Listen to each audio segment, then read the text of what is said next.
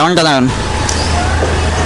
Movie అయితే as per stats చూసుకుంటే రాజమౌళితో movie తీసిన తర్వాత కంపల్సరీ ఫ్లాప్ పడాలి. But NTR acting, NTR dance వీటి మీద హోప్స్తో జనాలు కొంచెం వెళ్తారు. కలెక్షన్ అయితే రావచ్చు, బట్ అయితే సినిమా అయితే బీభత్సంగా ఆడదేమో అని నా పర్సనల్ ఒపీనియన్. అది ఎందుకు అలా అనిపిస్తుంది మీకు?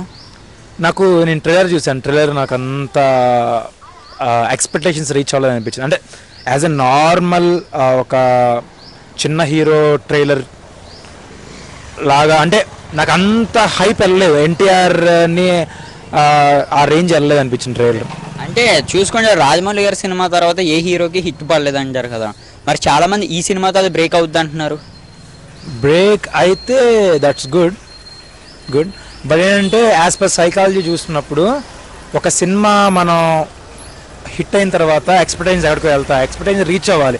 సినిమా బాగున్నా కానీ మన RRR ఎక్స్పెక్టేషన్ రీచ్ అవ్వకపోతే కంపల్సరీ జనాలు అంతేం లేదంటారు. బట్ ఈవెన్ బాగున్నా కానీ జాన్వీ కపూర్ అలాగే మా ఎన్టీఆర్ గారి కాంబినేషన్ ఎలా అనిపిస్తుంది? Unique combination. I mean like మన బాలీవుడ్ యాక్టర్స్ ఈ మధ్య సినిమాస్లో మనం చూస్తున్నాం వచ్చి వాళ్ళ ప్రజెన్స్ చూపిస్తున్నారు, విచ్ ఈస్ గుడ్. సో ఇలా ఫ్యూచర్లో కూడా మూవీస్లో హీరోయిన్స్ వచ్చి, సో ఓవరాల్గా టాలీవుడ్ బాలీవుడ్ అంతా కలిసి ఇండియా మొత్తం మూవీస్ ఒక సెలబ్రేట్ చేసుకోవాలి అందరూ అని అనుకుంటున్నాను. ఎన్టీఆర్ గారి లుక్స్ కొత్తగా ఉన్నాయన్న? లుక్సా? యా, కొత్తగా ఉన్నాయి.